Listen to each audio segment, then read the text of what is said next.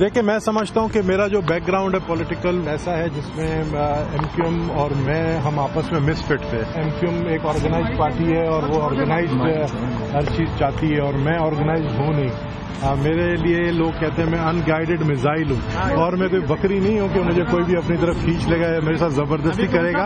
और किसी माई के लाल को ये हिम्मत नहीं है कि मेरे साथ कराची में जबरदस्ती और किसी को अपने ताकत आजमाई करनी है। और अगर मुझे धमकी देना चाहते हो देख ले। और आइंदा का लाएमल जो है मैं कल प्रेस कॉन्फ्रेंस करूंगा।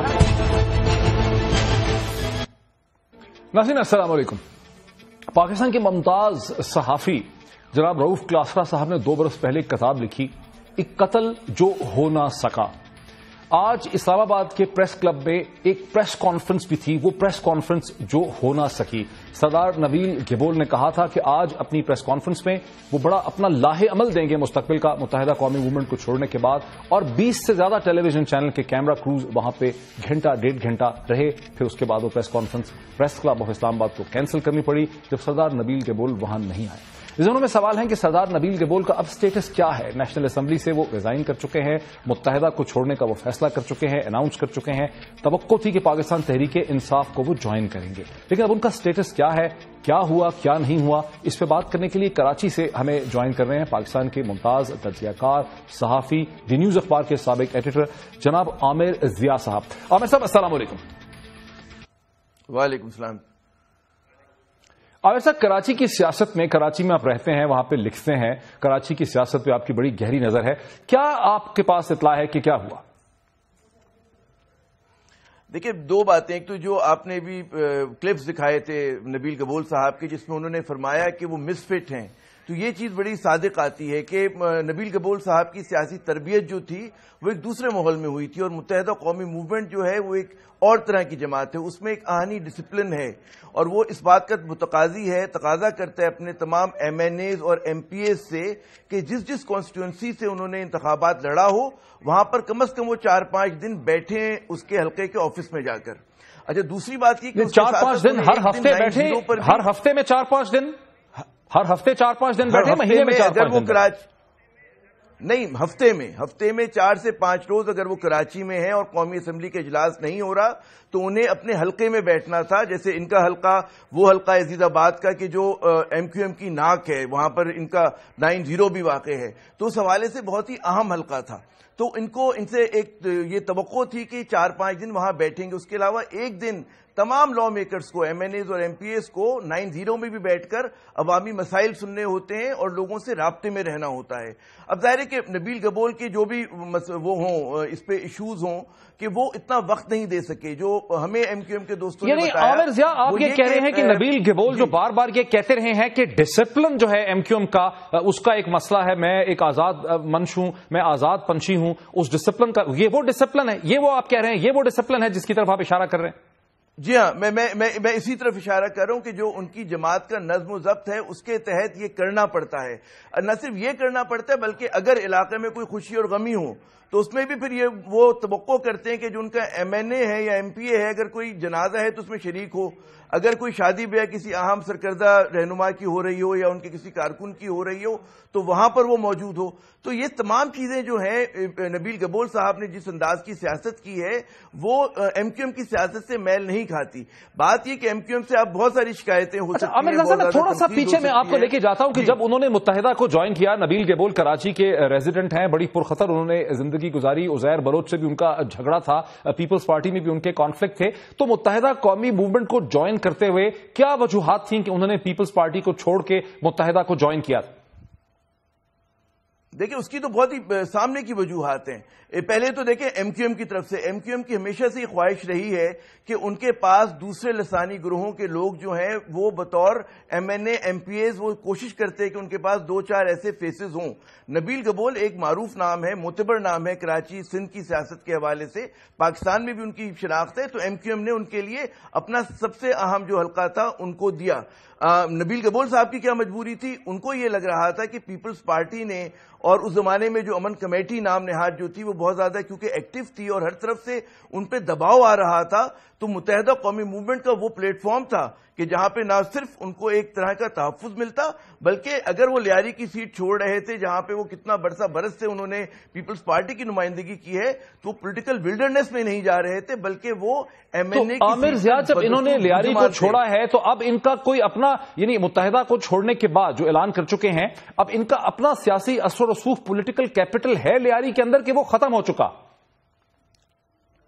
دیکھیں لیاری جو ہے اس وقت وہاں تو پاکستان پیپلز پارٹی کا جو پولیٹیکل کیپٹل ہے وہ بھی بہت ڈیمیج ہو گیا، لیکن آپ بالکل رول آؤٹ نہیں کر سکتے نبیل گبول کو۔ میں یہ نہیں کہہ رہا کہ وہ وننگ پوزیشن میں اگر وہ آزاد امیدوار کے طور پہ لڑتے ہیں تو ہم نہیں کہہ سکتے کہ وہ جیتیں گے، لیکن ان کا یقیناً حلقہ ہوگا۔ ان کے والد، ان کا خاندان اس علاقے میں برس سے سیاست کر رہا ہے، کئی دہائیوں سے، تو ان کا چھوٹا موٹا اپنا حلقہ بھی ہے، لیکن ظاہر ہے کہ لیاری میں ایک زمانے میں پیپلز پارٹی کا گڑھ تھا، پیپلز پارٹی کی دیکھیں کل تو یہ توقع تھی نا کہ یہ متحدہ کو چھوڑ کے، نیشنل اسمبلی چھوڑ کے اب یہ پاکستان تحریک انصاف عمران خان کو جوائن کریں گے۔ آج دبئی میں عمران خان سے پوائنٹڈلی یہ سوال پوچھا گیا اور اس کے جواب میں انہوں نے کہا کہ جس کا بھی دامن صاف ہے، گندا نہیں ہے، اس کے لیے پی ٹی آئی کے دروازے کھلے ہیں، اور خیال یہی تھا کہ آج کی پریس کانفرنس میں جو لاہے عمل کا یہ اعلان کریں گے وہ پاکستان تحریک انصاف کو جوائن کرنے کا کریں گے۔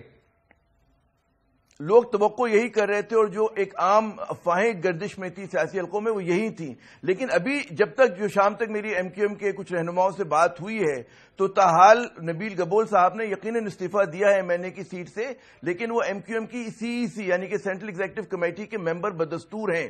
آپ یہ دیکھیں کہ ایم کیو ایم نے ان پہ کوئی حملہ نہیں کیا اس طرح کا کہ ان کی کردار کشی کی گئی ہو، ان پہ کوئی الزامات لگائے گئے ہوں۔ ایم کیو ایم کی طرف سے بالکل ایک خاموشی ہے اور وہ کہتے ہیں کہ جو ان کی اپنی مجبوریاں اس وجہ سے وہ اپنے اس پہ کیونکہ انہوں نے اپنی ذمہ داریاں نہیں اٹھائیں تو اس وجہ سے ان سے کہا گیا کہ جناب آپ اس حلقے کو چھوڑ دیں۔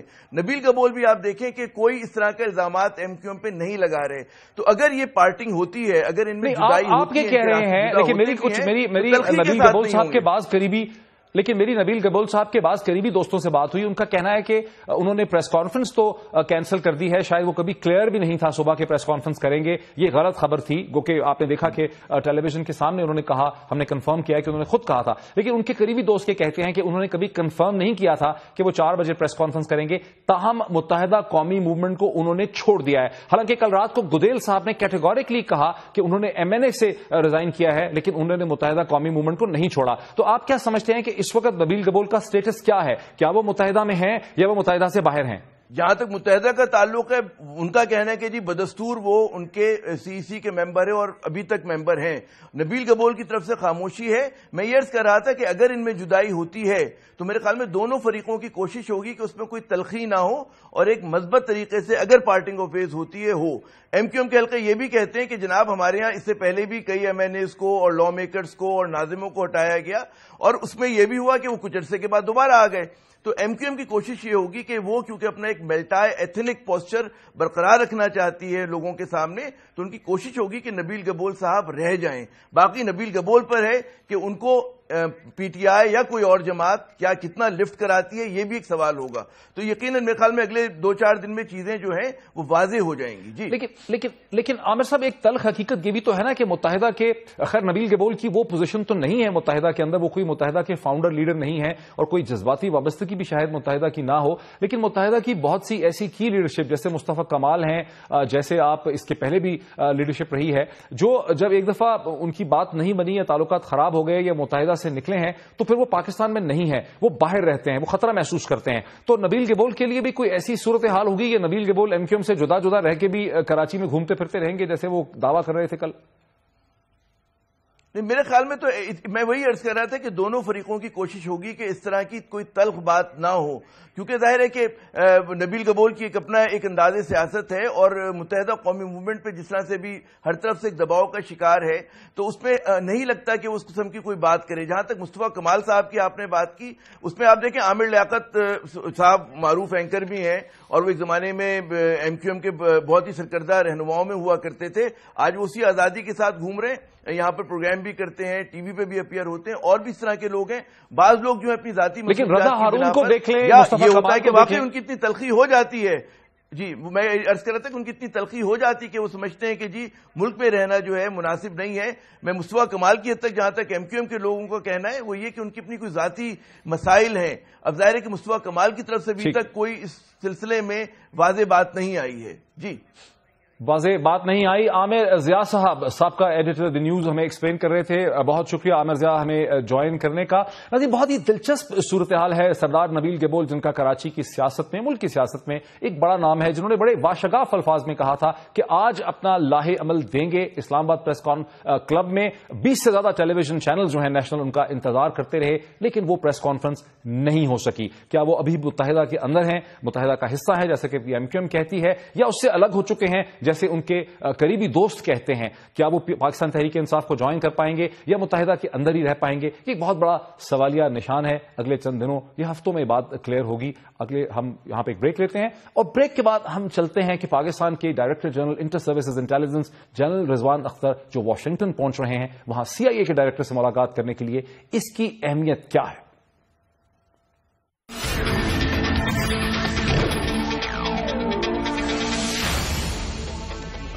ناظرین ویلکم بیک. جیسا کہ آپ سب جانتے ہیں پاکستان کے نئے director general inter services intelligence general Rizwan Akhtar جو اس سے پہلے رینجرز کو ہیڈ کر چکے ہیں کراچی میں, وہ اپنے پہلے سرکاری دورے پہ, اپنا منصب سنبھالنے کے بعد پہلے سرکاری دورے پر امریکہ پہنچ رہے ہیں. اور امریکہ پہنچنے کے بعد وہاں پہ ان کی سینٹرل انٹیلیجنس ایجنسی سی آئی اے کے ڈائریکٹر جان برینن کے ساتھ بڑی تفصیل سے ملاقات ہوگی. بتایا جاتا ہے کہ انٹیلیجنس شیئرنگ کے علاوہ افغانستان, ضرب عضب, اس خطے میں جو ایک انسٹیبلٹی اور ٹینشن ہے, جو ملیٹنسی کی کیفیت ہے, اور پاکستان کے اندر جو صورتحال ہے اس پہ اور انٹیلیجنس شیئرنگ کے حوالے سے بات چیت ہوگی. ذہن میں رکھنا بہت ضروری ہے کہ گزشتہ 2011 کے بعد سے ریمنڈ ڈیوس افیئر جب ہوا فروری 2011 میں, جنوری فروری 2011 میں لاہور میں, اس کے بعد اسامہ بن لادن کا ایبٹ آباد میں مارے جانا, اور پھر نومبر 2011 میں سلالہ میں جہاں 26 پاکستانی سروس مین جو ہیں امریکی ایئر سٹرائکس کے ذریعے شہید ہوئے, اس کے نتیجے میں شہید ہوئے, جو بہت بڑا ایک حادثہ تھا. اس کے بعد پاکستان نے نیٹو سپلائیز کو بند کیا, پھر ایک ریسیٹ ہوا ریلیشن شپ میں. اس تمام عرصے کے درمیان جنرل پاشا کے زمانے میں جب وہ آئی ایس آئی کو ہیڈ کرتے تھے, اس کے بعد general Zaheer, I S I اور سینٹرل انٹیلیجنس ایجنسی کے درمیان تعلقات کشیدہ رہے. اب ایسا لگتا ہے کہ یہ تعلقات امپروو ہو رہے ہیں. اس کی نیچر کیا ہے, اس میں کیا ہوگا, اس پہ بات کرنے کے لیے ہم نے آج دعوت دی ہے انٹر سروسز انٹیلیجنس کے سابقہ سربراہ director general inter service intelligence ex D G I جناب جنرل حمید گل صاحب کو. حمید گل صاحب السلام علیکم.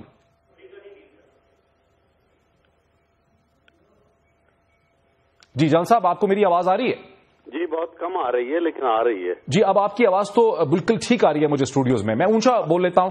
جنرل صاحب آپ تو ظاہر ہے اس ادارے کو ہیڈ کر چکے ہیں, اور جو میں نے انٹروڈکشن میں کہا کہ ایک ٹینشن کی کیفیت 2011 کے جنوری فروری کے بعد رہی ہے, پاشا صاحب کے زمانے میں رہی ہے, اس کے بعد جنرل ظہیر اسلام کے زمانے میں بھی رہی ہے. اب آپ سمجھتے ہیں کہ وہ امپروو ہو رہی ہے؟ یہ جو ٹرپ ہے جنرل رضوان کا, جہاں جان برینن کے ساتھ بڑی تفصیل سے بات چیت ہوگی, اسے آپ کیسے دیکھتے ہیں؟ دیکھیے یہ تبدیلی تو آنی ہی تھی, کیونکہ امریکہ کو پاکستان کی ضرورت پیش آئے گی, آنی تھی, اور آئندہ بھی رہے گی پاکستان کی ضرورت, کیونکہ اس کے اوپر کتابیں آ چکی ہیں. ایک تو ان کی جو سینئر فیلو ہیں ایک تھنک ٹینک کے, اور بڑی امپورٹنٹ تھنک ٹینک ہے, انہوں نے ایک کتاب لکھی ہے کہ نو ایگزٹ فرام پاکستان, یعنی پاکستان اتنا اہم ہے ہمارے لیے کہ ہم اس سے چھوڑ کے جا نہیں سکتے. دوسرا ایک جارج فریڈمین نے لکھی ہے ایک دی نیکسٹ ڈیکیڈ, اس میں بھی انہوں نے کہا ہے کہ ہندوستان کے اوپر مت ریلائی کرو اتنا زیادہ, ان کا اپنا ایک سیلف امیج ہے جو لارجر دین لائف ہے, تو آپ اس کے اوپر نہ کرو, پاکستان بہت امپورٹنٹ ہے تمہارے لیے. پھر وہ چائنا کے ساتھ بھی برج کا, ابھی جان کیری آئے تھے تو انہوں نے ایک برج بنا رہا ہے پاکستان, جیسا کہ پہلے ہنری کسنجر کے ساتھ ایک دفعہ ہوا تھا 1969 میں, اسی قسم کا کردار پاکستان ادا کر رہا ہے, اور چائنا کو لے کے آ رہا ہے اندر افغانستان کے اندر. نہ یہ چائنا کے لیے اتنا بڑی خدمت ہے کہ جس کا اندازہ ہی نہیں لگا سکتے, کیونکہ کبھی ایسا نہیں ہوا کہ لیپ فارورڈ ایک سینٹرل ایشین پاور کو دے دی جائے گلف ایریا میں اور پھر افغانستان میں, یعنی تمام راستے چائنا کے لیے کھلتے ہوئے نظر آ رہے ہیں. हमें भी उसका फायदा है, जाहिर है वो हमारा एक रिलायबल फ्रेंड जल साहब, आप क्या प्रिडिक्ट करेंगे कि जनरल रिजवान अख्तर के दरमियान और जॉन ब्रेनन के दरमियान किस किस्म की बातचीत होगी? हम जहन में रखते हैं कि जनरल रिजवान अख्तर एक प्रोफेशनल सोल्जर हैं, एक नेशनलिस्ट हैं, एक पैट्रियट हैं, और जॉन ब्रेनन भी right of the centre, American politics में राइट ऑफ द सेंटर, वो एक हॉकिश हैं जिन्होंने बड़ी सख्त पोजीशन ली है पाकिस्तान में। जब वो नेशनल सिक्योरिटी टीम का प्रेसिडेंट ओबामा का पार्ट थे तो वो कोई पाकिस्तान के दोस्त नहीं है, वो कुछ जॉन कैरी की तरह की शख्सियत नहीं है, बड़े हार्ड और हॉकिश हैं। तो किस किस्म का इंटरेक्शन होगा दोनों के दरमियान? नहीं, मेरा ख्याल है कि उनकी जरूरत है और हमारी जरूरत भी है और हमारी मजबूरी भी है, क्योंकि हमारी इकोनॉमिक कंडीशन जो है वो काफी खराब हो चुकी है और हमें भी चाहिए कि अमेरिका के साथ ताल्लुकात अच्छे हों, अफगानिस्तान के अंदर अमन किसी तरीके से आ जाए, ये हमारी रिक्वायरमेंट भी है। लेकिन सोचना यह है कि क्या ये सब कुछ हो पाएगा। वजह यह है कि हमारे ताल्लुकात तो खराब हुए थे फौज के साथ उनके, जब उन्होंने सलाला पे हमला किया था अक्टूबर 24 को, तो सर नवंबर 2011 की बात है। नवंबर में, हाँ गालिबन नवंबर, मेरा मुझे ख्याल है कि अक्टूबर में था शायद। बहरहाल वो जो हुआ था, तो उसी के बाद जब हमने यहाँ उनकी सप्लाई लाइन एक बंद कर दी थी, तो वहीं से ताल्लुकात उनके साथ बिगड़ने शुरू हो गए थे और 7 महीने तक हमने बंद रखी थी। और फिर अमेरिका ने अंदरूने खाना एक किस्म की माफी मांग ली थी, अगरचे उन्होंने इसका ऐलान नहीं किया था। उसके बाद जब ये शुजा पाशा जो DGISI थे हमारे, उनके साथ इनके ताल्लुकात, उनके जो लियोन पनाटा थे जो उनके CIA के हेड थे, उनके साथ बहुत खराब हो गए थे। अब ये जो जॉन ब्रेनन, उनको ठीक है आप कहते हैं कि वो पाकिस्तान के खिलाफ हैं, लेकिन ऐसा नहीं होता। अमेरिकन बड़ी जल्दी अपना रवैया चेंज कर लिया करते हैं। दे आर वेरी फ्लेक्सिबल, अपने मफाद के लिए वो कुछ भी करने के लिए तैयार होते हैं। जल साहब, सेंट्रल इशू क्या है? अमेरिका की सबसे बड़ी जरूरत इस मौके पे क्या है? देखिए जी, अमेरिका को इस वक्त सामना है एक जो पुतिन की जो बढ़ती हुई एंगर है, उसका बढ़ता हुआ जो इन्फ्लुएंस है, वो नेटो के अंदर नकब लगा रहा है। एक तो वो उसने तोड़ लिया है तकरीबन किसी हद तक जो यूरोप के सबसे ताकतवर मुल्क हैं, फ्रांस और जर्मनी को, उन्होंने अपनी तरफ झुका लिया, क्योंकि उनकी मईशत बरकरार नहीं रह सकती और इस लेवल के ऊपर जहां पे अब जाहिर है कि ये 2 मईशतें ऐसी हैं जो यूरोपीय यूनियन को संभाला दे रही हैं। और आपने देख लिया कि अभी ग्रीस में क्या हो रहा है कि अगर जर्मनी उनको बेल आउट नहीं करता तो उनका बेड़ा गर्क हो जाएगा, और ऐसे ही बेशतर और यूरोप के मुल्क हैं। लिहाजा वो दूसरी तरफ वो टर्की में अपनी गैस पाइपलाइन जो है उसको लाके खोलना चाहता है। तो अब इनको ये मुसीबत पड़ी है कि हमें तो यहाँ गल्फ में रहना चाहिए, ये अफगानिस्तान के अंदर। लेकिन जल साहब, इसका ये जो जल साहब, ये जिस सियासत का आप जिक्र कर रहे हैं, इस सियासत में हम कहाँ फिट होते हैं? लेस्बिन जो डिक्लेरेशन हुई थी ना, तो उसमें उन्होंने कहा था कि 2016 दिसंबर में हम चले जाएंगे। हेलो जी जी, इजाज साहब सुन रहे हैं मेरी बात? बिल्कुल मैं सुन रहा हूं कि उन्होंने लेस्बिन डिक्लेरेशन में कहा था कि 2016 में हम चले जाएंगे। फिर जी उन्होंने कहा था ना, तो ये अब लेस्बिन डिक्लेरेशन को बाईपास करना चाहते हैं। जाहिर है कि यूरोपियन यूनियन भी इनके साथ, बहुत सारे बेशतर ममालिक इनके साथ नहीं होंगे, लेकिन पाकिस्तान अगर इनकी मदद करता है, और इसकी जो तमाम तमहीद है वो बांधी गई जब हमारे जनरल राहील शरीफ साहब आर्मी चीफ ने विजिट किया। सर ये तो आप बहुत बड़ी बात कह रहे हैं, मतलब आप कह रहे हैं कि अमेरिकन अब टोटल विड्रॉल नहीं करना चाहते, तो पाकिस्तानी एस्टेब्लिशमेंट तो इससे बड़ी अनकंफर्टेबल होगी। इनामात दिए गए और उनको नवाजा गया और बहुत उन्होंने। जी मैं फिजा साहब, आपकी आवाज नहीं आ रही, प्लीज। जल साहब, आपकी आवाज आ रही है, मैं आपकी आवाज आ रही है जब आप ये कह रहे हैं कि जनरल राहील शरीफ साहब के दौरे के दरमियान इसकी फाउंडेशन रखी गई, इसकी बुनियाद रखी गई। जी ऐसा ही हुआ। तो सूरत हाल ये है कि उनको जरूरत है कि वहां पे, और वो समझते हैं कि अगर अफगानिस्तान में कोalition के साथ तालिबान का मिलाप हो जाए, यानी इस जो कोalition बनी हुई है, पहली कोalition है, उसके साथ तालिबान की गठजोड़ हो जाए, तो फिर अफगानिस्तान में अमन आ जाएगा और तालिबान उनकी मौजूदगी को कबूल कर लेंगे, क्योंकि जब तक वो कबूल नहीं करते उस वक्त एक जंग जारी रहेगी। अब ये किस हद तक पाकिस्तान के हक में है, कैसा, कितना ज्यादा रियलिस्टिक है, ये एक बहुत बड़ा सवाल है। मेरी नजर में ये रियलिस्टिक अप्रोच नहीं है। اگر آپ نے لیکن جنرل صاحب یہ ریئلسٹک کیوں نہیں ہے؟ اگر ہم افغان طالبان کو مجبور کریں، اگر ہم افغان طالبان کو جنرل صاحب مجبور کریں اور ان کو نیگوسیشن ٹیبل پہ لائیں امریکہ کے ساتھ اور وہ افغانستان کے پاور شیئرنگ ارینجمنٹ کا حصہ بن سکیں، تو یہ تو ایک ون ون سچویشن ہے پاکستان کے لیے، افغانستان کے لیے اور امریکہ کے لیے. آپ کیوں سمجھتے ہیں کہ یہ مناسب نہیں ہے؟ میں یہ کہہ رہا ہوں کہ یہ ہونا نہیں. میں تو آپ کو یہ کہہ رہا ہوں کہ امن نہیں آ سکے گا اس طریقے سے، اس لیے کہ طالبان کی تنظیم جو اس وقت ایک مکمل اکائی ہے وہ تو ٹوٹنا شروع ہو جائے گی. اچھا جن صاحب آپ نے پہلے بھی، میں ایک بریک لے لوں جن صاحب، میں ایک بریک لے لوں. میں چاہوں گا کہ بڑی تفصیل کے ساتھ اس ایشو کے اوپر آپ سے بات کی جائے، کیونکہ بہت سی پریڈکشنز آپ نے جنرل حمید گل صاحب نے پہلے بھی کی جو صحیح ثابت نہیں ہو سکی. میں ان کو کچھ پرانے انٹرویوز بھی یاد دلانا چاہتا ہوں. ایک بریک لیتے ہیں، بریک کے بعد اسی پوائنٹ سے ڈسکشن کو آگے بڑھاتے ہیں.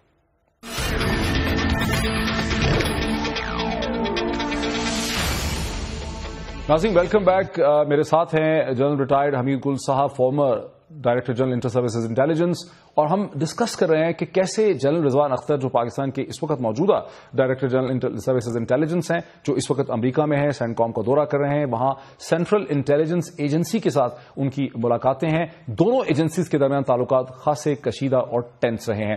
جنرل صاحب میں آپ کو ایک شارٹ دکھانا چاہتا ہوں. اپریل 2014 کا ایک انٹرویو کا ٹکڑا ہے جہاں ایکسپریس ٹیلی ویژن میں اس وقت ہم نے وہ انٹرویو کیا تھا، جس میں آپ سے جب میں نے یہ سوال پوچھا کہ امریکنز جو ہیں، افغان لیڈرشپ جو ہے، حامد کارزائی صاحب کی حکومت تھی، یہ اسٹیٹس آف فورسز ایگریمنٹ جو ہے سوفا، یہ سائن کریں گے کہ نہیں کریں گے؟ آپ نے کیا پریڈکشنز کی، آپ کا کیا انالیسس اس وقت تھا، وہ میں آپ کو سنانا چاہتا ہوں، پھر بات کو آگے بڑھاتے ہیں. دونوں کینڈیڈیٹس جو ہیں وہ بائی لیٹرل سیکورٹی ایگریمنٹ کو مانتے ہیں. اشرف غنی جب ہوگا تو پھر دیکھیے گا آپ. سر دونوں کہہ تو رہے ہیں نا کہ ہم کریں گے، کہہ رہے ہیں، لیکن آپ دیکھیے گا جب ہوگا تو پھر اس کے بعد آپ سمجھتے ہیں نہیں ہو پائے گا؟ نہیں ہو پائے گا. کیا بہت بڑی بات آپ کر رہے ہیں، میں بہت بڑی پریڈکشن آپ کر رہے ہیں. نہیں ہوگا، اگر یہ نہیں ہوگا تو اس وقت پھر آپ کیا کہیں گے؟ اگر ہو جائے گا پھر میں آئی ول سے سوری کہ اگر میں غلط تھا، آئی ول سے سوری. جی جنرل صاحب، آپ نے سنا کہ یہ اپریل 2014 میں آپ بہت ہی فرم تھے، آپ نے بڑا یعنی آپ کا کنکلوژن یہ تھا، آپ کا انالیسس یہ کہتا تھا، آپ کی انڈرسٹینڈنگ یہ کہتی تھی افغان پالیٹکس کی، کہ اشرف غنی اور عبداللہ جو باشگاف کہہ رہے تھے کہ ہم status of forces agreement American forces کے یہاں پہ 2024 تک بیٹھنے کا جو ایگریمنٹ ہے ریزروائر، اس کو ہم سائن کریں گے. آپ نے کہا نہیں کریں گے، میں افغانوں کو بہتر سمجھتا ہوں. انہوں نے وہ سائن کر دیا. اب امریکنز یہ کوشش بھی کر رہے ہیں جو چند لمحے پہلے آپ نے خود کہا ہے کہ وہ 2016 تک ٹوٹل وڈرال نہ کریں. ان کے نئے سیکرٹری ڈیفنس بھی یہ کہتے ہیں کہ ٹوٹل وڈرال کو ریکنسیڈر جو ہے وہ کیا جا رہا. آپ خود بھی کہہ رہے ہیں. تو اس وقت آپ کی یہ پروڈکشن تھی. اب آپ یہ پروڈکشن کر رہے ہیں کہ پاکستان کو امریکہ جو کہتا ہے کہ افغان طالبان کو مذاکرات کے ٹیبل پہ لے کے آئیں، یہ بات نہیں صحیح ہوگی اور اس کے نتائج غلط نکلیں گے. کیا یہ ممکن ہے کہ ابھی بھی آپ کا انالیسس غلط ہو؟ جی بالکل، یہ بھی ہو سکتا ہے. اس وقت میرا انالیسس واقعی غلط ہو گیا، میں تسلیم کرتا ہوں. جیسا کہ میں نے کہا تھا کہ میں اس کی اپنی غلطی کے اوپر معافی مانگوں گا، اور میں معافی مانگتا ہوں اس کے لیے. وجہ اس کی یہ ہے کہ مجھے بالکل اندازہ نہیں تھا کہ امریکن ڈالرز نے اتنا اثر دکھا دیا ہوگا افغانستان کے اندر. ان کی قیادت کا کردار اتنا زیادہ تبدیل ہو گیا ہوگا، ان کا مزاج اتنا زیادہ بدل گیا ہوگا. لیکن اشرف غنی صاحب جو آئے ہیں تو یہ تو افغان بہت کم ہیں. اگر ان کو دیکھیں، انہوں نے ساری عمر باہر گزاری ہے. یہ تھوڑی چھوٹی عمر میں چلے گئے تھے باہر، اور پھر اس کے بعد اچانک آ گئے. امریکہ ان کو لے کے آ گیا. فرسٹ راؤنڈ میں عبداللہ جیت گیا تھا. اس کے بعد یہ بیچ میں انہوں نے پشتون تاجک کا ایک وہ کر کے اور پھر بیلٹ باکس اسٹفنگ کروا کے انہوں نے یہ کر لیا، مان لیا اشرف غنی صاحب.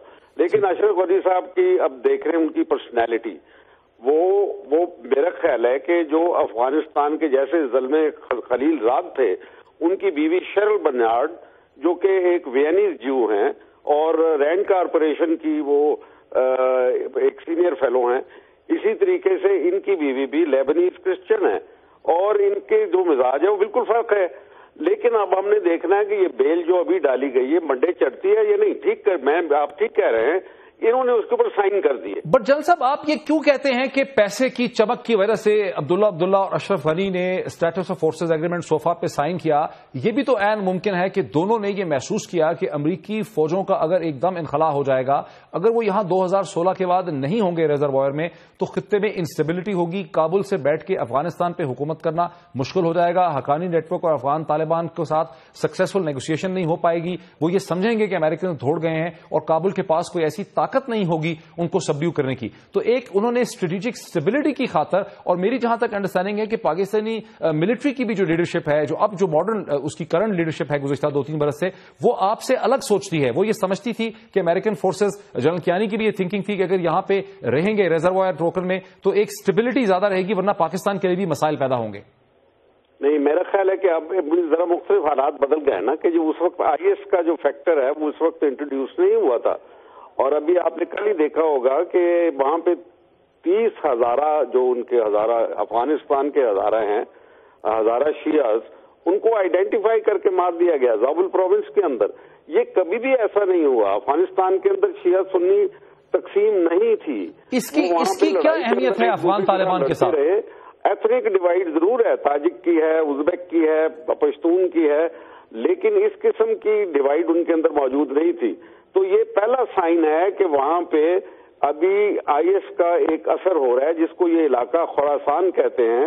इस खुरासान का जो सूबा हुआ करता था बगदाद का, इसमें आईएस की बहुत ख्वाहिश है कि वो पहले लेकिन जब इसकी अहमियत क्या है? ये जो आप दाइश के साये की बात करते हैं, इसकी अहमियत क्या है? अफगान तालिबान के साथ मुज़ाकरात करने में दाइश की और आईएसआईएस की प्रेजेंस की क्या सिग्निफिकेंस बनती है पाकिस्तानी पॉइंट ऑफ व्यू से? इसलिए कि अगर तालिबान कमजोर हो गए तो फिर दाइश के लिए बहुत मौका मिल जाएगा। और दाइश जो है वो नेशनल बाउंड्रीज को कबूल नहीं करती। उन्होंने जो 1916 में स्ट्राइक पिकेट एग्रीमेंट के जरिए से तकसीम की गई थी उस वक्त बलादे शाम की, उसको उन्होंने रिजेक्ट कर दिया है और वो दोबारा उन्होंने जोड़ दिया उन मुल्कों को, बाउंड्रीज को वो तस्लीम नहीं करते। तो लेकिन हम नेशन स्टेट हैं, पाकिस्तान नेशन स्टेट है, अफगान तालिबान नेशन स्टेट की रियलिटी को कबूल करते हैं, और अगर वो आ जाते हैं ताकत में तो फिर उसके बाद वो ऐसा कोई हरकत नहीं करेंगे जिससे पाकिस्तान को नुकसान पहुंचे। लेकिन मेरा ख्याल है कि अगर ये आ गए तो फिर उसके लिए, देखिए मैं इसके अंदर एक बात बड़ी इंपॉर्टेंट आपको बताना चाहता हूं कि जब मैं कहता हूं अफगान तालिबान, तो मैं अफगानिस्तान के मुजाहिदीन की बात करता हूं, जो मकबूजा फौज, जो काबिज फौज है, उनसे जान छुड़ाना चाहते हैं।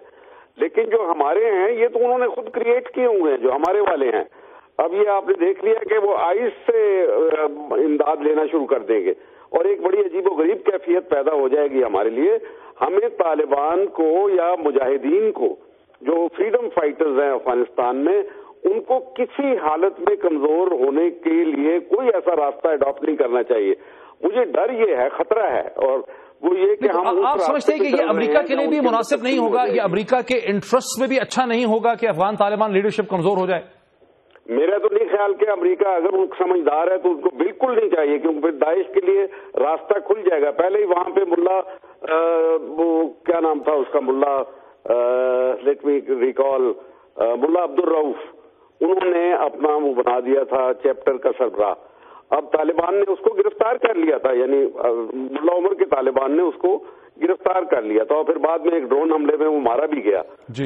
तो मेरा ख्याल है कि ये मुनासिब नहीं होगा, आप समझते हैं। जनरल हमीद गुल साहब, हमें ज्वाइन करने का इस अहम गुफ्तगू में, बहस में बहुत शुक्रिया। नाज़रीन, आपने अभी उन्हें सुना, उनको इस खदशे का इजहार करते हैं कि अमेरिका अगर पाकिस्तान पर दबाव डाल के अफगान लीडरशिप की बाजू मरोड़ के उसे जबरदस्ती एक नेगोशिएशन टेबल पर लेके आता है, जिसे अफगान तालिबान की रैंक एंड फाइल अगर तस्लीम नहीं करती है, चूंकि उनके कुछ अपने मुतालबात हैं, तो ना अमेरिका के ये इंटरेस्ट में होगा ना पाकिस्तान के इंटरेस्ट में होगा। बिकॉज अगर अफगान तालिबान की रैंक एंड फाइल लीडरशिप अपनी ऊपर की लीडरशिप से नाराज होगी तो फिर दाइश, आईएसआईएस जो है, उसका इन्फ्लुएंस अफगानिस्तान में बढ़ेगा और वो ना अमेरिका के इंटरेस्ट में होगा, ना काबुल के इंटरेस्ट में होगा, ना पाकिस्तान के इंटरेस्ट में होगा। नाज़रीन, हम यहां पे एक ब्रेक लेते हैं और ब्रेक के बाद जब हम वापस आते हैं तो हिंदुस्तान के फॉरेन सेक्रेटरी, अब पाकिस्तान का दौरा कंफर्म हो गया जयशंकर साहब का, क्यों आ रहे हैं? पहले तो मोदी हुकूमत और सरकार ने ऐसे दौरे को कैंसिल कर दिया था, अब हालात में क्या तब्दीली हुई है? After the break.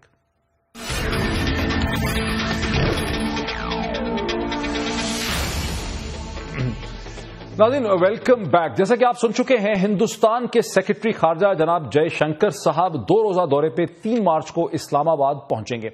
आज इस चीज की कॉन्फर्मेशन हुई। इसकी अहमियत यह है कि पिछले बरस अगस्त के महीने में सेक्रेटरी खारजा की जो मुलाकात होनी थी उसे उस वक्त मोदी सरकार ने कैंसिल कर दिया जब पाकिस्तान के हाई कमिश्नर अब्दुल बासित ने दिल्ली में हुर्रियत लीडरशिप से मुलाकात की, और यूं ये मुलाकातों का सिलसिला ना हो सका। और ये जो डायलॉग है इंडो पाकिस्तान का, ये 7 महीने तक स्टक रहा। इससे पहले भी खैर इसमें बहुत ज्यादा पेशरफ्त नहीं हो सकी। सवाल ये पैदा होता है कि मोदी सरकार की थिंकिंग में अब ये तब्दीली क्यों आई है। इस पर बात करने के लिए राइजिंग कश्मीर के एडिटर इन चीफ जनाब शुजात बुखारी साहब ने हमें श्रीनगर से ज्वाइन किया है, इंडियन एडमिनिस्ट्रेट कश्मीर से। जनाब बुखारी साहब, क्या वजह हुई, क्या तब्दीली, वजह क्या है नरेंद्र मोदी सरकार के जहनियत में जो तब्दीली आई है?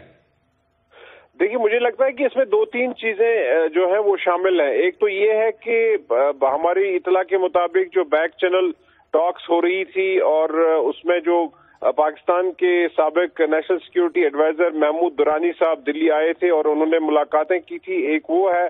और दूसरा ये कि जो प्रेसिडेंट ओबामा का एक विजिट हुआ था नई दिल्ली का, उसमें भी शायद जैसा कि सरताज अजीज साहब ने मुझसे कहा था कि ये परसुएशन है और उसका भी एक रोल है। और उसके अलावा जो दूसरी बात ये है कि जो यहाँ पे पीडीपी और बीजेपी की हुकूमत बन रही है उसमें पीडीपी ने एक, यानी आप श्रीनगर की सियासत की तरफ इशारा कर रहे हैं जहां भारतीय जनता पार्टी और प्रोग्रेसिव डेमोक्रेटिक जो पार्टी है महबूबा मुफ्ती की, उसके दरमियान में जो मखलूत हुकूमत बन रही है उसकी इस तरफ इशारा कर रहे हैं आप?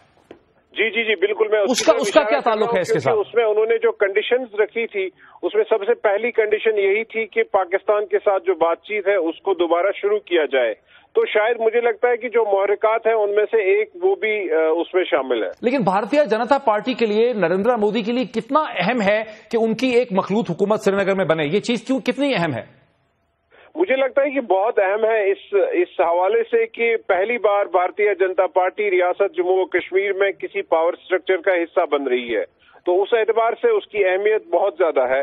तो उसीलिए शायद मुझे लगता है कि अगर उन्होंने इस मामले में इस शर्त को मद्देनजर रखा और पाकिस्तान के साथ दोबारा बातचीत शुरू करने का फैसला किया है, तो ये उसके लिए एक मैं समझता हूं कि उन्हें कोई भी शर्त तस्लीम होगी। बट बुखारी साहब, हमें याद है, जहां तक हमें पता है पाकिस्तान में यहां इस्लामाबाद में बैठ के, कि बीजेपी की पार्टी ने बहुत बड़ा उनका जो कंडीशन थी, उनका जो मुतालबा था, वो कहते थे कि वो इलेक्शन जीतेंगे और उसके बाद आर्टिकल 370 जो है, 370 जो आर्टिकल है, जो मकबूजा कश्मीर को एक स्पेशल स्टेटस देता है हिंदुस्तान के आइन के अंदर, हिंदुस्तान की फेडरेशन के अंदर, उस आर्टिकल 370 को खत्म किया जाएगा और मकबूजा कश्मीर को हिंदुस्तान की बाकी रियासतों की तरह एक नॉर्मल स्टैंडर्ड रियासत में बदला जाएगा। तो अब जब पीडीपी के साथ इनका एक मखलूत अलायंस बन रही है महबूबा मुफ्ती की पार्टी के साथ, तो उसका क्या होगा, वो जो बीजेपी का कॉर्नर स्टोन था?